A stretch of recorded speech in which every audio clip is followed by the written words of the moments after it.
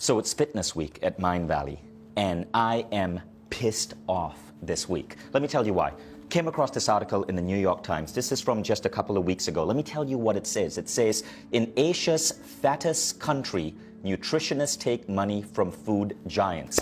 Know what is Asia's fattest country? It's Malaysia. I'm Malaysian. I'm filming this in Malaysia. Malaysia is where Mind Valley HQ is based, and I grew up in this country. And as I read that article, I felt sick. Sick because what the New York Times exposed is how government officials in Malaysia take money from food giants like Nestlé and then are swayed to take what is essentially crap and market it as healthy food. I want to show you something, and some of you in certain parts of Europe might be familiar with this brand from Nestlé. It's called Milo. Look at the box. It shows a guy doing taekwondo, which is a martial art. It's very popular in Malaysia. I studied taekwondo as a child. Now the thing is, I was trained as a kid in Malaysia to take 2 to 3 glasses of Milo every single day because of advertising that said this made me better at sports.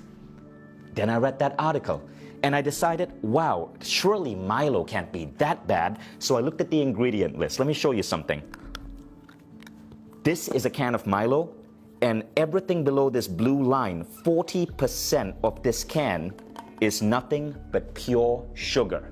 In Malaysia, this is considered healthy. I wouldn't feed Milo to my child as a recreational drink. It's 40% sugar. But the article in the New York Times talks about some even more disturbing stuff. This is Honey Stars, right?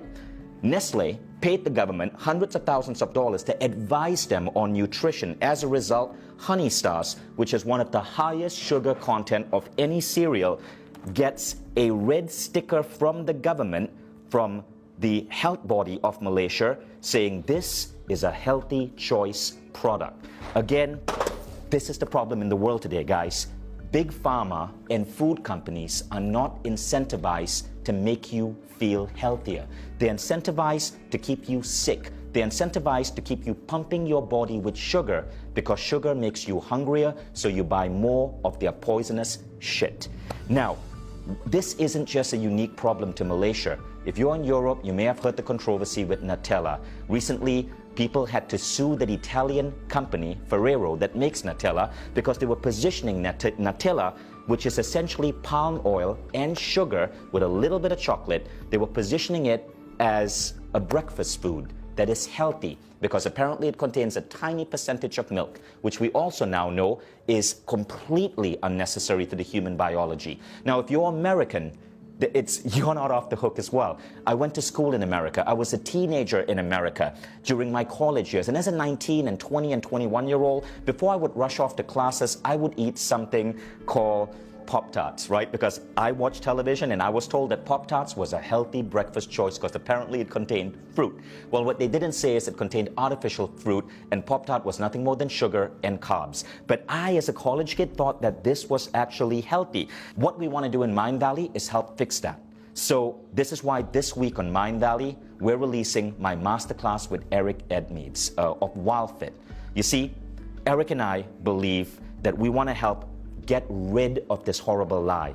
And in this masterclass, we teach you how to rewire your brain to change your relationship with food. Because get this, if you're trying to lose weight, if you're trying to have a healthy BMI, if you're trying to expand your longevity, exercise is great, but 95% of your body shape has to do with the food you eat. But we've been brainwashed and conditioned to spend money on what is essentially poison.